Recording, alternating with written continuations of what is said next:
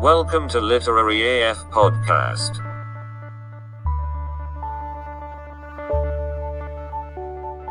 Hello and welcome to Literary AF Podcast.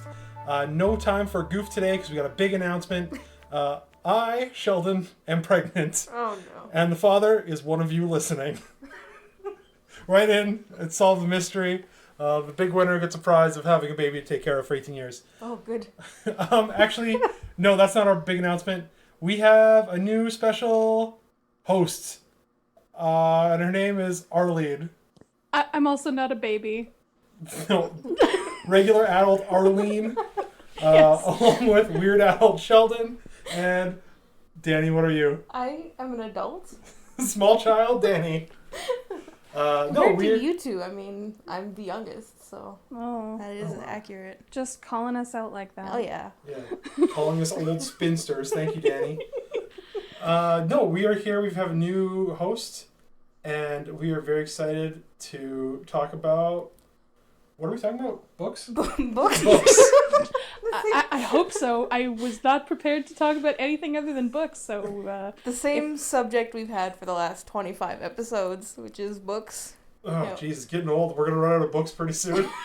Very limited supply of Most books. libraries only have about 20 to 25 books. Oh. Yeah, so we are going to introduce Arlene the same way we introduced ourselves back in episode 1. For all you long-timers, our day ones, our original OGs. The Our OGs. OGs. Podcast OGs. We are going to ask Arlene her 5 desert island books. which I did not anticipate this to be as difficult a list to come up with as it was. Wait, is it because you've only read 4 books? Yeah, I mean, Sheldon did 6 for his list of 5, so Yeah, you I are cheated. good to only go 4 if you have to. Feel free to... I don't know. I reserve the right to cheat, I think. I mean, like, technically I think I did 9, but... That is not allowed. Yeah, see, I That like, is well, okay, twice. one's a series, and I just... Nope, we said no series. You have to pick one out of the series. Okay, well, I did pick one out of the series, but I don't think anymore that it was the right one.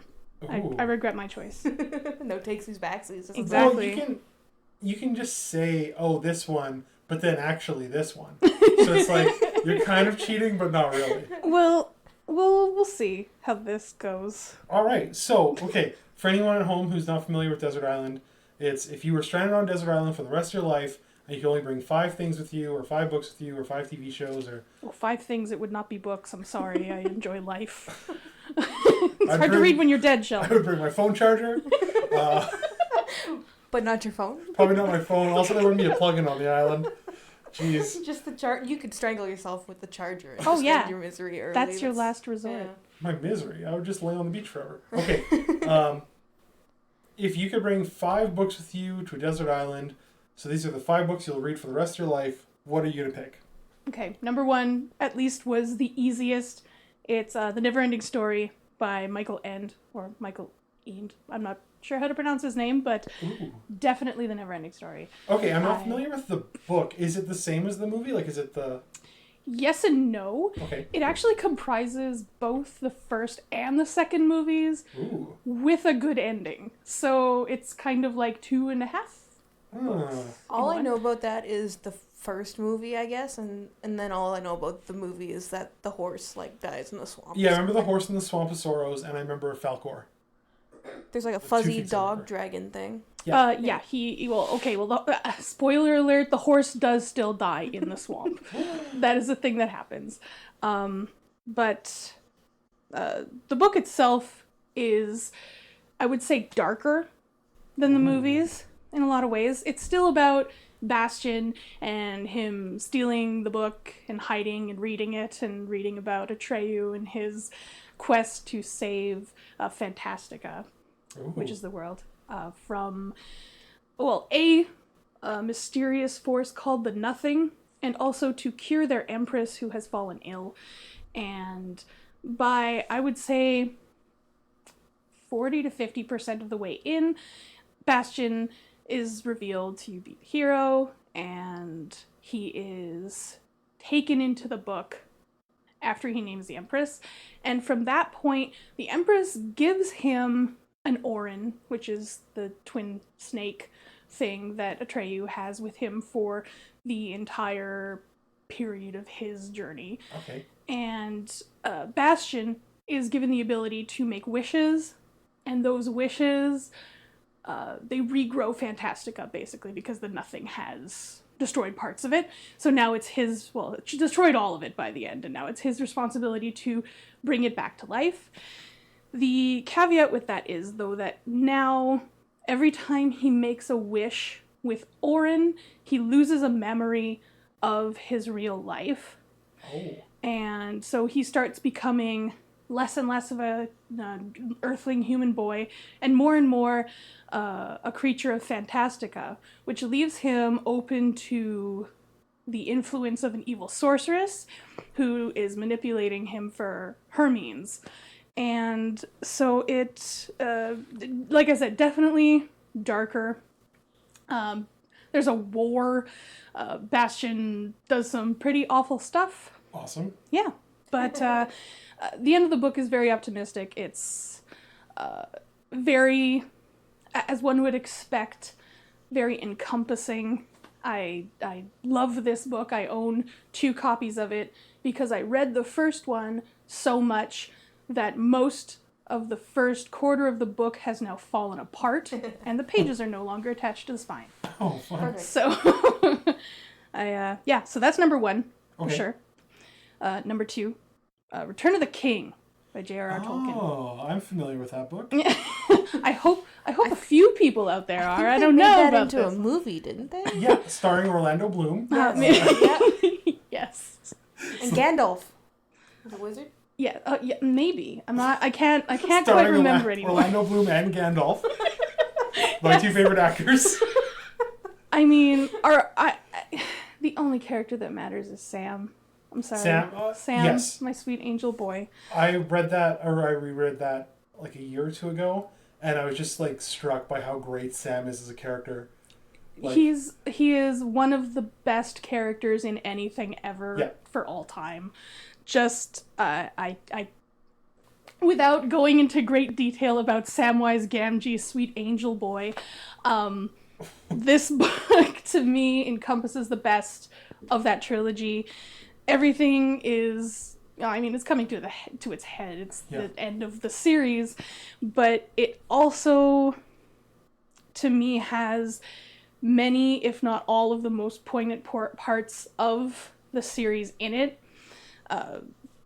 Pippin, and because Pippin at that point is in Gondor with Gandalf, and then you have to deal with the tragedy that is poor Faramir and crazy old Denethor doing his thing, and Merry and Rohan with Aragorn and Legolas and Gimli. Who cares about them? That's not true. Oh, wow. You can't say that about Legolas. It's not true. I love them all, okay? I love them. But let's be real, they're kind of secondary in this book. And I don't think we have to do the whole plot. I think most people know. Oh yeah, I hope if you haven't, please do yourself a favor. Like, it's time, guys. But but it's Time's up. Wait, no, that's something else. Yeah. Okay, what's your opinion on this? I think Return of the King is the best of the books, but it's my least favorite of the movies. I agree, but only because I don't think it was long enough. Oh, And really? I think they could have made, like The Hobbit, 4 movies, but 4 good movies with actual appropriate amounts of content. 2 years ago, you, Arlene, I, and a third friend of ours sat down to marathon just 3 Lord of the Rings movies. Mm-hmm. And it took an entire day. Yeah. We started at like 9 o'clock in the morning, and I was home at about 11 o'clock at night. Yeah. It was insane. And you are saying it needs to be longer. Yes. Yeah, see, my problem with Return of the King, the movie, is that I feel like it should be shorter because the conflict ends like 2 hours into it, and then they still have a full hour of just like time to go home, and time to have little conversations on the road, and time to stare at each other lovingly while the lights are really bright. I think they rushed the conflict. Yeah, okay. I will agree with that. All right. That's where the snafu happened. They needed to have more there, and then less of the ending. Although it was a good ending. There's more action in the ending of the book, like when Saruman comes to the Shire. Yes. And then the hobbits returning from their journey, like, drive him out. Yes. And for me, that's, like, a really fun, like, because it's kind of funny and kind of silly, but it's also, like, shows how much the hobbits have grown since the start of the series. Yes. And I really wish that had made it into the movie, even though I get, like, for tone reasons why it didn't. Yeah. I'm not sure it made a whole lot of sense in the context of a film that has a clear beginning, middle, and end versus a book where I remember back when Fellowship first came out, people complaining about a lack of Tom Bombadil. Like, are you serious? Like, at what point was this crazy old man and his pretty wife, like, actually important to the story? There was no point. Here's my theory. I think a lot of people, on their very first attempts to read Lord of the Rings, like, the Tom Bombadil part is around the part where they got to when they kind of stopped reading. Because it's such a long book. Yes. And that's, like, the last of the little adventures before they, like, actually leave the Shire. Yeah. So I have a feeling that people got that far and were like, man, where's that part? I remember that part. And realistically, that's only as far as they made it. Yeah. It's a weird little side quest. And unfortunately, as I do agree with you, because I think the part with Saruman going to the Shire was cool. Reading it, I think if it was included in the film, it would have confused more people than it would have pleased. Yeah. So I understand the omission there. I feel like they could have done it well, but yeah, there's reasons why not to. But anyway, we're getting sidetracked. Moving on. Number 3, what would be your third book? Okay, this was my Cheaty McCheaterson. This was so hard for me. So I am going to pick one book. Who would cheat on a list like this? You gotta stick with 5. No cheating. Who would go over the required number of 5 books? Don't go back to the first episode and check, but nobody should cheat on Sheldon these things. certainly didn't pick 6 of them for his 5 books. It's a bad example set by Sheldon. You heard it here. I'm the only one here who knows how to follow the rules. I followed the rules. I just bent them in case I was allowed. I'm sorry that I'm a lovable scoundrel and a maverick who plays by his own rules. And I'm single, ladies. If you want, you can email me. He's a at rascal. email.com. All right. But the book itself is Fool's Errand by Robin Hobb. Ooh. And it is the first book in the second of 3 trilogies starring a character named Fitzchivalry Farseer, who is the bastard son of a dead prince in the the Duchy of Buck. Okay. Oh no. Edit this out, Sheldon. I don't know anything about No editing, Sheldon. We're leaving this all in. Oh no. Okay, well, I'm embarrassing myself. It's been a solid decade since I've read these books. However, I do remember Fitz, and he has a very hard life. This poor lad is taken by his mother, given back to his nobleman father's family. He is dead at the time, but she essentially drops him on their doorstep and says, "This is yours to take care of." And the boy is given to one of the prince's, not necessarily servants, but one of his loyal men named Burrich to raise.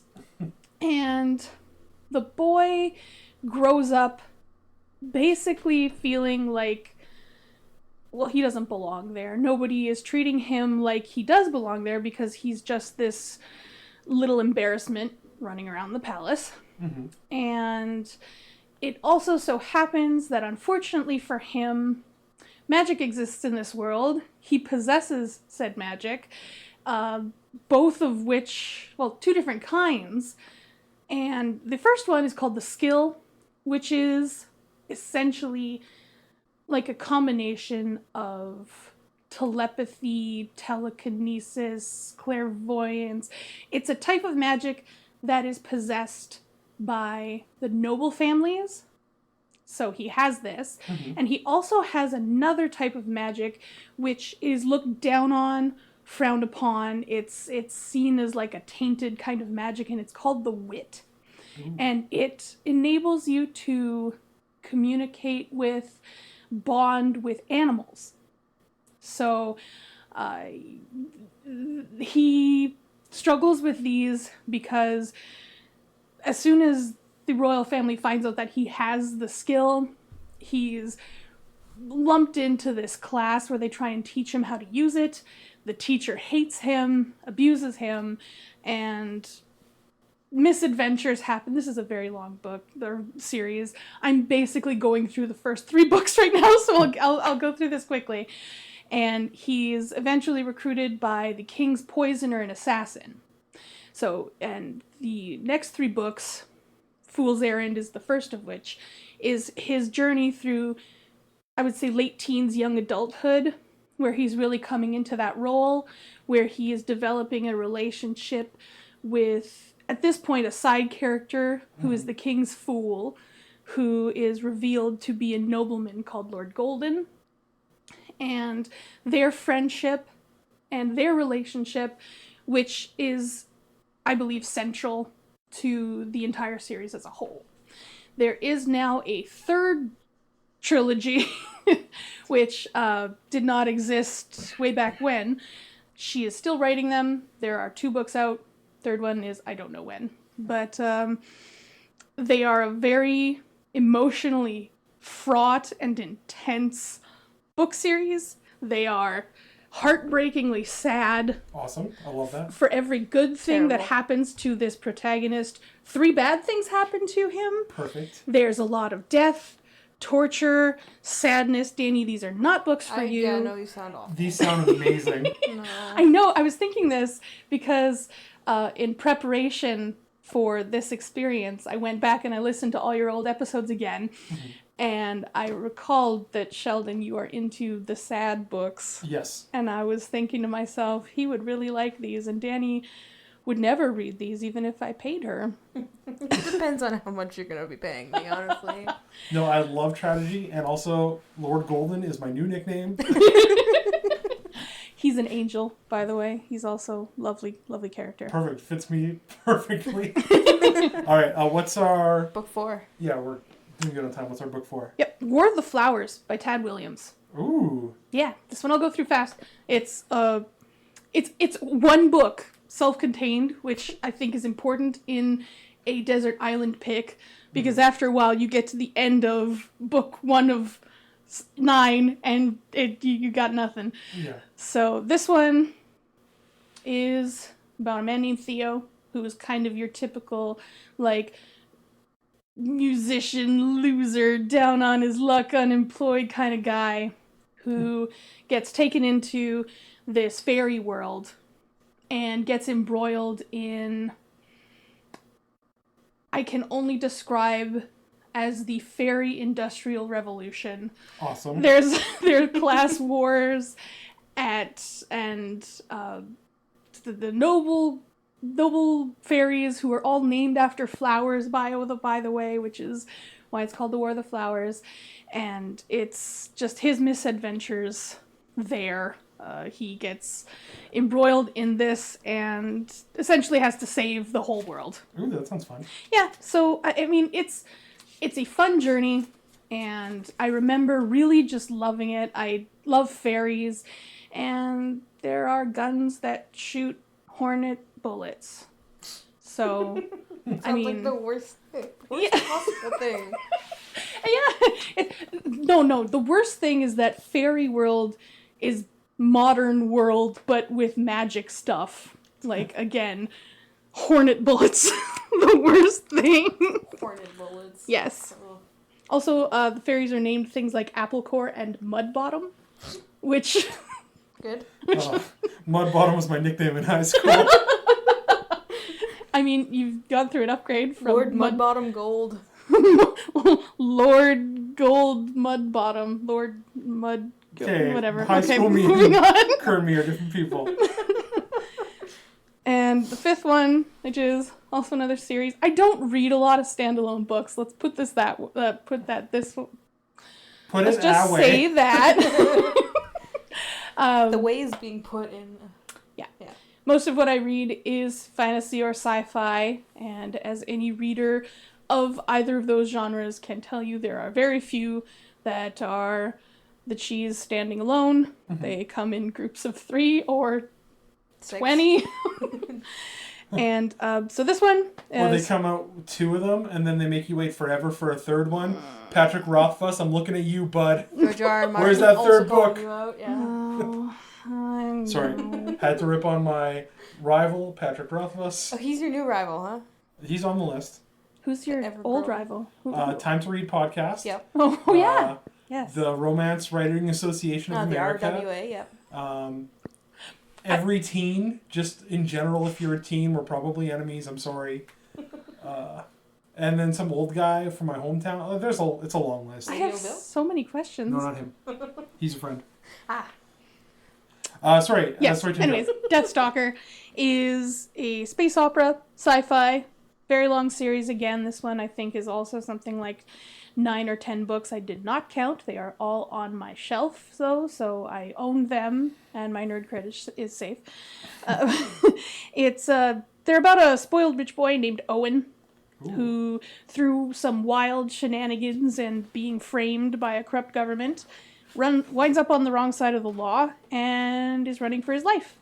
So he winds up on this renegade outlaw planet. Heck yeah. where he gathers kind of a ragtag team of rebels who toppled this government. And it's very fast-paced and exciting. It's fun. Owen is a sarcastic, sassy kind of guy, devil-may-care kind of attitude. He is extremely fun and very attractive, and all of the characters are charming. And I say that as someone who judges everything very harshly. She does. You can't share anything you like with Arlene because she'll just rip it to pieces. That is no matter not what. true. It is 100% true. That is a gross You will say, "Oh, exaggeration. I like this book that you got me to read, Danny. Here's 12 things that I didn't like about this book, and no praises." Well, I always feel like I like it, and then these things I criticize is like the like it part should be the more important. Except But- it doesn't work when you drown it out with a dozen criticisms. That is true. So your criticism of me is valid. But I like you. I will do better, and I also like you. Thank you. So that's 5, right? I can count. Yes, that is That's 5. 5. I'm done. I did it. What do we have for time, Sheldon? We're at 22 minutes. Okay. Oh, look what I've done. Do we have any more like random questions? Well, I actually brought out my notebook that I had filled with all the random questions from our very first episode. Perfect. So I can pick some stuff off of here. And I actually wrote down answers to all those questions. I'm going to try to not pick any of those answers. Oh, Yeah. I'm in trouble now. So you already said your favorite genres are like fantasy sci-fi, right? Yes. Yeah. What's your least favorite genre? Math textbook. Nonfiction. It's basically the same thing. Yeah. I'm not a huge fan of nonfiction. I'm not a fan of modern fiction either, like a book about a girl who grew up on a farm and is coming back to the farm after many years to run it again does not interest me on first glance. And I'm not saying there's anything wrong with those books. Those stories have a place and meaning, but I guess I like my stories fantastic. So that's kind of where my literary inclinations have gone. Usually when I like a fiction book, there are elements of magic or something supernatural in them. I don't know. Nothing beats the magic of farming. Watching things grow. It's the miracle of life. Let's see. Yep. If you could force, or I guess, if you could resurrect an author that has already died and force them to write more books, who would you pick? I like how you specifically excluded the part about either or making one who is alive write faster. Oh, because I already know the answer to that question. It would be George R. R. Martin. Yes. Yeah. George, I love you. I love you, please. Please. I thought you were going to say George R.R. Orwell. And I was like, that's a really good mashup. That would be cool, actually. Yeah. Yeah, I'm into that. But resurrect someone, that's going to be hard. Very few of my favorite authors have died. I'm going to That's say... the opposite problem that Sheldon has. Yeah, I don't know if any of mine are alive. Yeah. I think Victor Hugo's still alive. He's like 240 by now. He's still kicking somewhere. He's probably fine. I think I would pick Terry Pratchett. And I'm not just saying that because Good Omens is out now. And I would love to see him see this. You know what I mean? Like, I'd like to be there when he would see just the excitement over this thing that he had a hand in making and how popular and how wonderful it is. And also Christian mothers petitioning Netflix to cancel it. Yeah. Thousands of Christians are sending petitions to Netflix in order to cancel Good Omens, which is an Amazon Prime TV show. I think he would have a big ol' laugh. For sure. And it would also let me get my copy of Good Omens signed by both authors, which will never happen. Single tear. Okay, if you could live in the fantasy world of any of your books, what would you choose? I thought about this one. But you didn't write down an answer. No, I did. did. Oh, you I did. Oh. I thought about this one for a very long time last night. And I agree with Danny's answer on Immortals After Dark. Oh, Immortals After Dark. But only if I can be an immortal. Well, yeah. And I think that's No. partial. You're a regular person and you don't even know what the immortals. Yeah, that's great. It's just now. Yeah, it's basically the exact same thing as right now. Yeah, so I would pick that. But if we're not copying, and I didn't want to, I would say Valdemar, Mercedes Lackey. I would just really want to live somewhere where I could choose to practice magic. Like, that's a thing that I can just get up one day and say, I'm going to mage school, and then go to mage school. But I would also like the opportunity to, if a nice horse saw me and decided that I get to be a knight, then I get to be a knight and I get a horse. The horse decides if you get to be a knight? Yeah, the horses, the companions choose the heralds. So, yeah. What if you have like a really shitty horse? The horses are intelligent. They are the souls and mind of other heralds. Oh. So if a herald dies, So it's like a zombie. kind of. It's like a zombie horse. Zombie horse. Okay. Yeah. Anyways, awesome. Valdemar, or make me a demon, please. Mm-hmm. Oh. Well, that's okay. Awkward. We'll leave that one alone. That one's fine the way it is. Nope. Happy with that answer. No need to elaborate. Perfect. Yep. What else we got, Danny? We got time for one more. What's your favorite literary couple? Oh my god. Batman and Robin.